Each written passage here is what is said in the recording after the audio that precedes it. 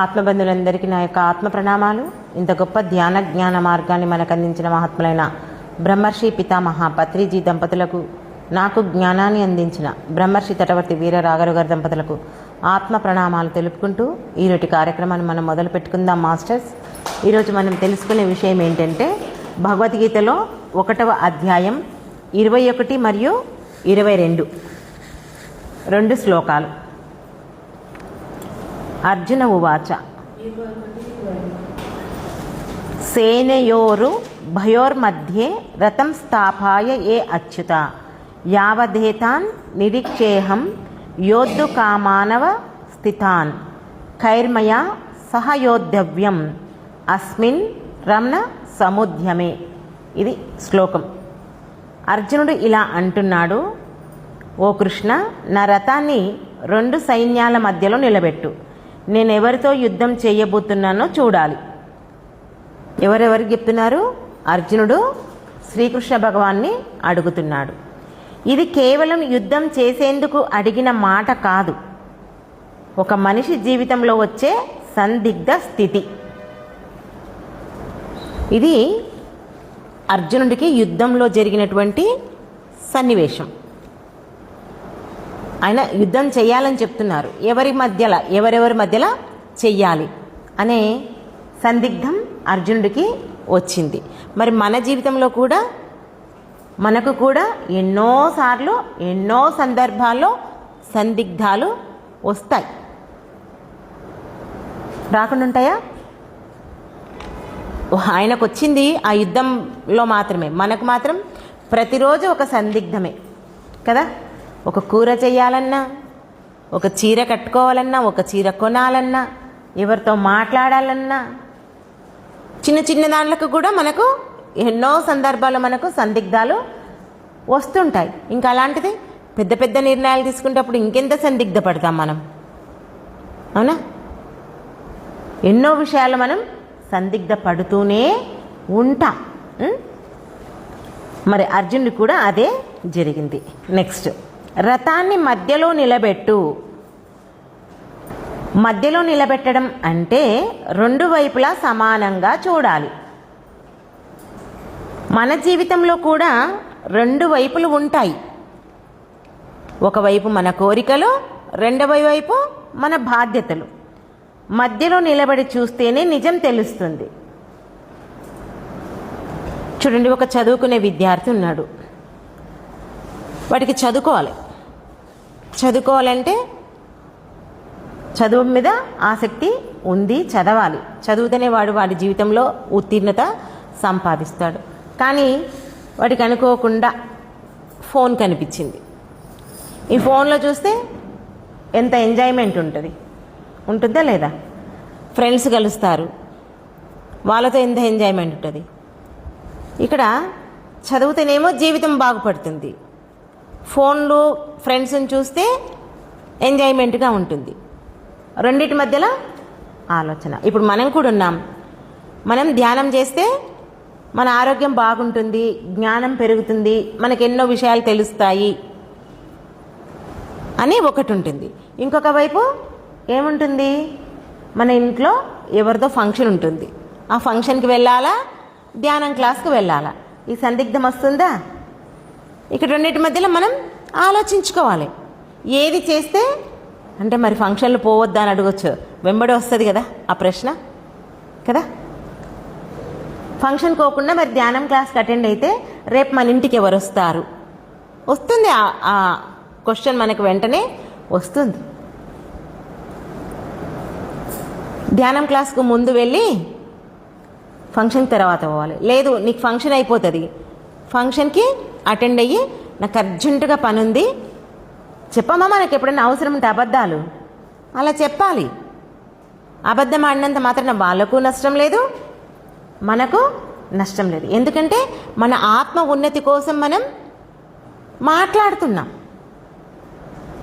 అక్కడ మనం పోకుంటే ఏమీ అయ్యేది కాదు, అవునా కదా? ఎందుకంటే ఈ ఆధ్యాత్మిక మార్గంలోకి వచ్చే వాళ్ళే కొద్ది మంది మాత్రమే. ఆ కొద్ది మందిలో కూడా మనం తప్పించుకున్నామనుకోండి, అక్కడ ఎవరికి నష్టం కాదు, మిగతా వాళ్ళకి నష్టం కాదు. ఎవరైతే తప్పించుకుంటారో వాళ్ళకే నష్టం. ఇప్పుడు ఆ విద్యార్థి ఉన్నాడు, నాకు ఫోను బాగుంది, ఫ్రెండ్స్ బాగున్నారు, ఈ ఎంజాయ్మెంటే బాగుంది అంటే వాడు ఆ క్లాస్లో ఫెయిల్ అవుతాడు. అక్కడ ఏం కాదు నష్టం, అక్కడ గురువుకి నష్టం అవుతుందా? కాదు, వాడి జీవితానికే నష్టం అవుతుంది. ఇప్పుడు ఒక ఉద్యోగి ఉన్నాడు, మనం నిన్న కూడా చెప్పుకున్నాం ఈ విషయం. ఒక మంచి ఉద్యోగం వస్తుంది, వచ్చినప్పుడు దాంట్లో శాలరీ అంటే జీతం బాగా వస్తుంది, కానీ అది అన్ని తప్పుడు మార్గంలో చేసే పనులు ఉంటాయి. వాడు ఆ డబ్బుకు ఆశపడి ఆ ఉద్యోగాన్ని ఎంచుకున్నాడు అనుకోండి, చేశాడు అనుకోండి, ఎప్పటికైనా వాడికి తిప్పలు తిప్పవు. తప్పుతాయా? తిప్పలు ఎప్పటికీ తప్పవు. అదే నిజమైన జీవితం జీవించామనుకోండి, 10 రూపాయలు వచ్చినా సరే సుఖవంతమైన విజయవంతమైన జీవితం జీవిస్తాం. ఎవరికి భయపడాల్సిన అవసరం లేదు. తప్పు చేసినప్పుడు రోజు భయపడుకుంటూనే జీవించాలి. ఇప్పుడు ఒక పరీక్ష రాసే విద్యార్థి కూడా నకలు రాశారనుకో, చీటీ కొట్టాడనుకోండి, ఆ పరీక్ష రాసినంతసేపు వాడు భయపడుకుంటూనే రాస్తాడు. పోని ఆ పరీక్ష రాశాడు, అయిపోతుంది, అక్కడితో అయిపోతుందా? కాదు. ఎక్కడి వరకు అవుతుంది? వాడి జీవితం తదనంతరం వరకు, వాడి తుది శ్వాస విడిచే వరకు ఆ భయం వాడిలో మిగిలిపోతుంది. ఎందుకు మిగిలిపోతుంది అంటే, సొంత తెలివితో ఏదైనా మనం సాధించాలి. సొంత తెలివితో సాధించకపోతే నకలు కొడితే జీవితం అంతా నకలే ఇంకెప్పుడు. అందుకే మనం ఎప్పుడు అబద్ధం మాట్లాడవద్దు. అబద్ధం మాట్లాడమనుకోండి, ఆ అబద్ధాన్ని కప్పిపుచ్చుకోవడానికి ఇంకా ఎన్నో అబద్ధాలు మాట్లాడాల్సి వస్తుంది. కాబట్టి ఎట్టి పరిస్థితుల్లో మనం సుఖవంతమైన జీవితం, విజయవంతమైన జీవితం జీవించాలి. కానీ తప్పుడు మార్గంలో మనం ప్రయత్నం చెయ్యవద్దు, తప్పుడు మార్గంలో మనం జీవించవద్దు. మనకి ఏది తప్పు ఏది కరెక్ట్ అని మనం ఆలోచించుకోవాలి, నిర్ణయం తీసుకోవాలి. నెక్స్ట్, నేను ఎవరితో యుద్ధం చేస్తున్నాను? అప్పుడు అర్జునుడు నేను ఎవరిపై యుద్ధం చేస్తున్నాను అని క్వశ్చన్ వచ్చింది ఆయనకు. ఇది చాలా ముఖ్యమైన ప్రశ్న. మన జీవితంలో కూడా మనం ఎవరితో పోరాడుతున్నాం? ఇతరులతోనా లేక మన లోపల ఉన్నటువంటి దుర్గుణాలతోనా? ఇంతకు నిజమైన శత్రువు ఎవరు? కోపం, లోభం, అసూయ, అహంకారం, ఇవే మన అసలు శత్రువులు. అర్జునుడికేమో తన కుటుంబ సభ్యుల మధ్య యుద్ధం చేయాల్సి వచ్చింది. ఇంతకు ఎవరితోన యుద్ధం చేస్తున్నాయో ఆయనకు ఒక సందిగ్ధం వచ్చింది. ఇది మన జీవితంలో మనం అన్వయించుకుంటే, మన జీవితంలో మనం ఎవరితో యుద్ధం చేస్తున్నాం అనేది మనకు కూడా ప్రశ్న. అంటే ఇప్పుడు చూడండి, ఉదాహరణకు ఎవరైనా ఏమైనా మనను ఒక మాట అన్నారనుకోండి, కఠినంగా మనపై మాట్లాడిండ్రు, వెంటనే ఏమవుతుంది? మనకు కోపం వస్తుంది. అంటే ఇక్కడ ఆ ఎదుటి వ్యక్తి మన శత్రువు అనుకుంటాం, అంతే కదా. మనం ఎవరైనా కోపం చేస్తూ ఊకుంటామా? వాడు శత్రువే మనకు. కానీ నిజంగా అతను శత్రువు కాదు, మన జీవితంలో మనకు పాఠాన్ని నేర్పించడానికి వచ్చినటువంటి వ్యక్తి. అక్కడ కోప్పడ్డాడంటే ఎందుకు కోప్పడ్డాడు? అదే ఫస్ట్ క్వశ్చన్ మనం వేసుకోవాలి. ఒక మాట అన్నాడంటే ఎందుకు అన్నాడు మనల్ని, అది ఆలోచిస్తామా? మనని అన్నాడు అనేదే ఆలోచిస్తాం, కానీ మనని ఎందుకు అన్నాడు, ఏం రీజన్, దేనికోసం, అంత దూరం ఆలోచించాం. ఇంకా వాడిని శత్రువులాగా భావించి మనం ఎప్పుడు ఇంకా వాడితో మాట్లాడకుండా, పలకరించకుండా ఇవన్నీ చేస్తాం. కానీ నిజమైన శత్రువు మనలో ఉన్నటువంటి కోపం. ఆ కోపం అనే శత్రువు, అంతే తప్ప ఎదుటి వ్యక్తి శత్రువు కాదు. ఒక మాట, ఒక గొప్ప వ్యక్తి, ఒక గురువు అనుకోండి, మన ఇంట్లో ఒక పెద్ద వ్యక్తి దేని గురించి అని దాని గురించి చెప్పారు అంటే మనల్ని సరిదిద్దడానికే, మన జీవితంలో మనం అన్నిటినీ నేర్చుకోవడానికే ఈ భూమి మీదకి వచ్చాం. ఆ విషయం గుర్తుపెట్టుకోవాలి. నన్ను అన్నారు కదా అని మనం ఎప్పుడూ కోపంతో ఉండొద్దు. Okay, next. మరి యుద్ధం అవసరమా? అర్జునుడు తెలుసుకోవాలి అనుకున్నది ఈ యుద్ధం ఎందుకు జరుగుతోంది? ఆయన శ్రీకృష్ణ భగవాన్ చెప్తుండు యుద్ధం చేయమని. అసలు ఎందుకు జరుగుతుంది ఈ యుద్ధం అని ఆయనకు ప్రశ్నలు వస్తున్నాయి. మన జీవితంలో కూడా మనం చేసే ప్రతి పనికి ఒక కారణం ఉంటుంది. ఇప్పుడు అర్జునుడికి అర్థమవుతుంది, ఇంత యుద్ధం చేసి ఇంతమందిని చంపి అవసరమా అని అనిపిస్తుంది. కానీ అక్కడ వాళ్ళు ప్రేమ లేదు, ఇచ్చేటట్లు లేదు. ఆ యుగం అంతం కావాలని ఎన్నో లోపలి కారణాల వల్ల శ్రీకృష్ణ భగవానుడు అతన్ని ఒప్పించి ఆ యుద్ధం చేయించడానికి ఒప్పిస్తాడు. సరే, అది ఆ జీవితం, అది భగవంతుడి నిర్ణయం. మన జీవితంలో కూడా మనం చేసే ప్రతి పనికి ఒక కారణం ఉంటుంది. చూడండి, మన ఇంట్లో పెద్ద ఫ్యామిలీలు ఉన్నప్పుడైనా, ఇప్పుడు అత్తాకోడలు ఒకే ఇంట్లో ఉన్నా, లేదా ఒక భార్యాభర్తనే అనుకోండి. ఇప్పుడంటే మళ్ళీ సింగిల్ ఫ్యామిలీలు ఏడున్నాయి, వాళ్ళు కూడా లేవంటారు. ఇవన్నీ ఎందుకు కారణాలు? భార్యాభర్తనే తీసుకుందాం. చిన్న విషయానికే పెద్ద రాద్ధాంతం చేసుకుంటారు. అది వయసులో ఉన్న వాళ్ళైనా సరే, వయసు పెరిగిన వాళ్ళైనా సరే. నన్ను ఎట్లా అన్నావు? చిన్నదే, అది కూర అనుకో, పెరుగు అనుకో, లేదా ఒక ఏమంటారు మన ఇంటికి వచ్చిన వాళ్ళకు పెట్టేదే అనుకో, ఉంటాయి కదా ఇవన్నీ. ఏదైనా ఓ ఫంక్షన్కి తీసుకుపోయేది అనుకోండి, ప్రతి చిన్న దాంట్లకు గొడవ పడుతుంటారు. అది అవసరమా? ఒకసారి మనము సర్దుకుపోవాలి, ఒకసారి వాళ్ళు సర్దుకుపోవాలి. అవునా కాదా?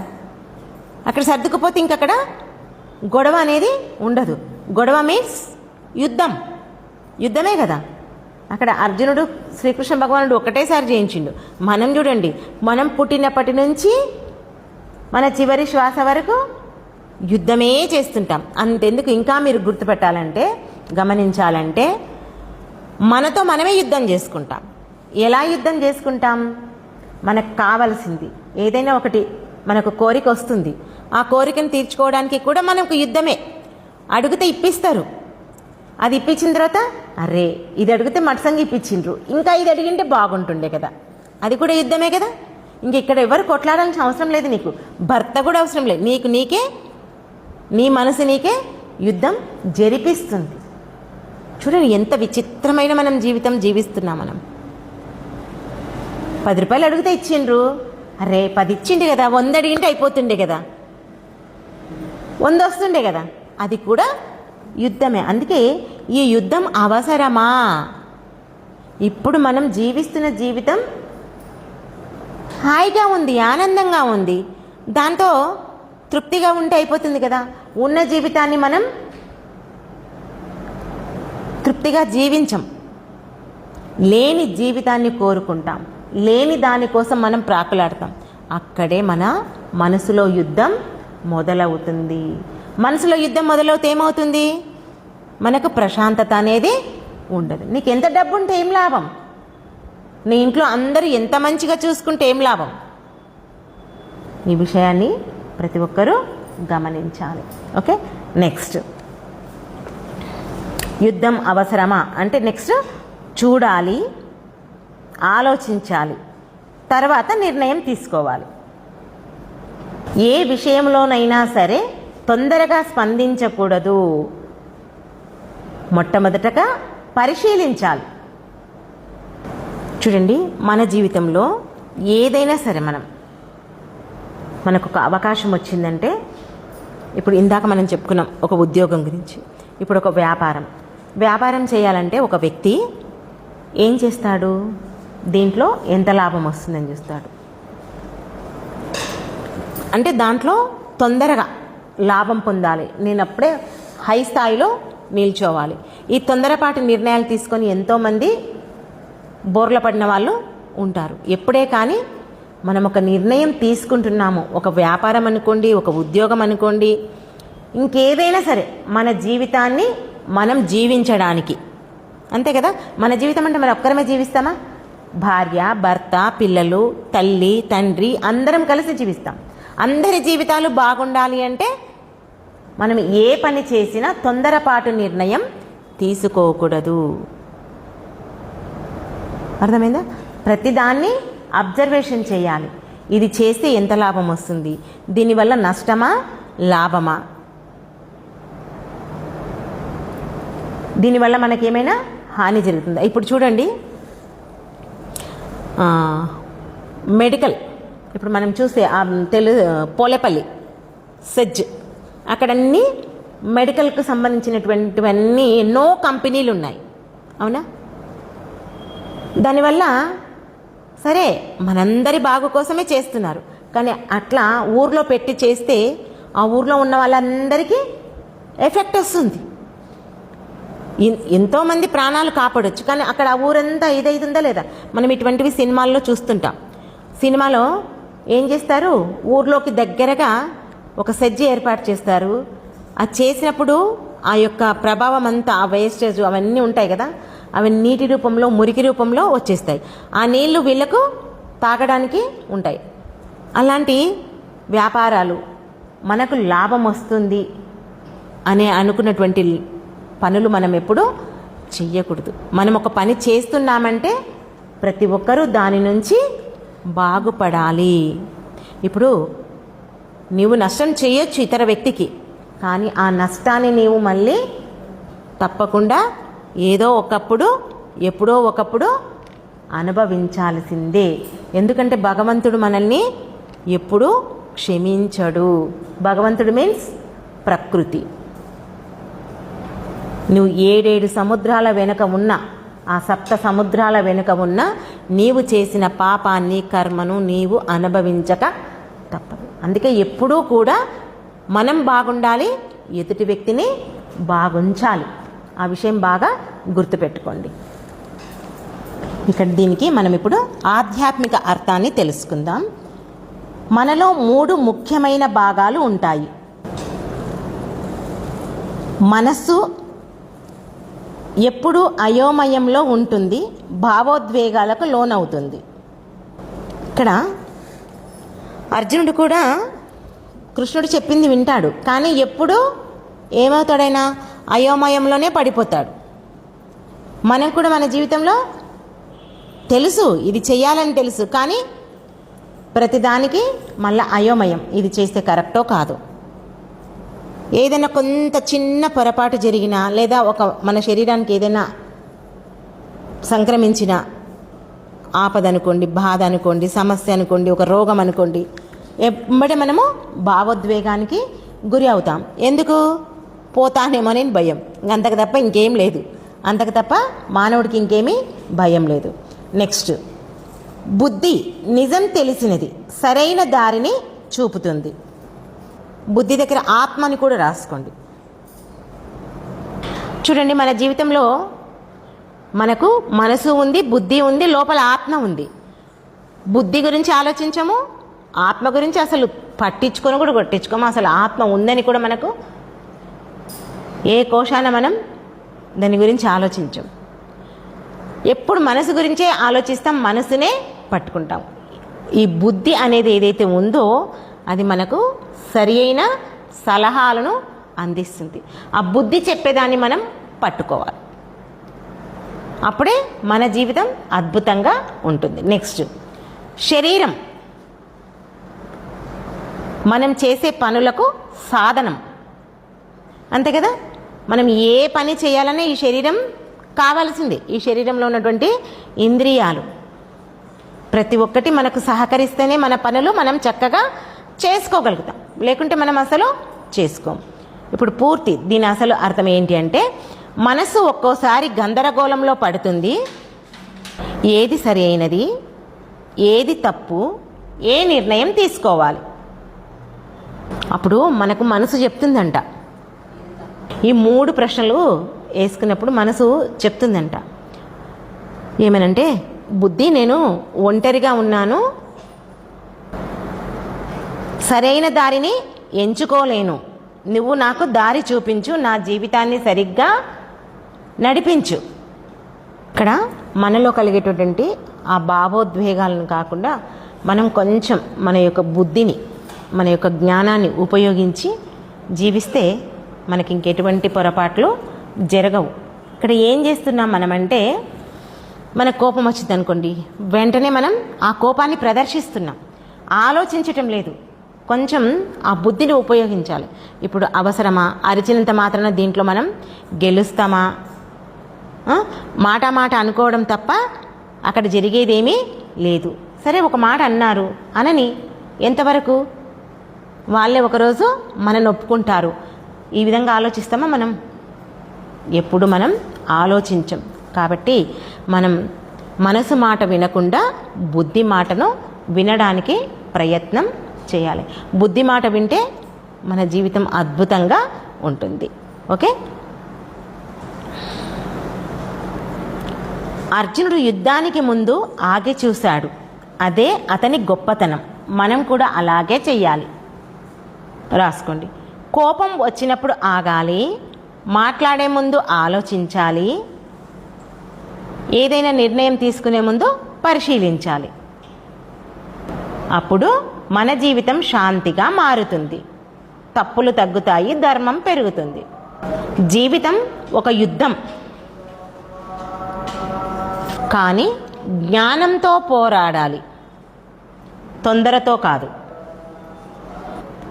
ఇది ఈ శ్లోకం యొక్క సారాంశం. ఓకే మాస్టర్స్, ఈ అవకాశం ఇచ్చిన మీ అందరికీ నా యొక్క కృతజ్ఞతలు. Thank you.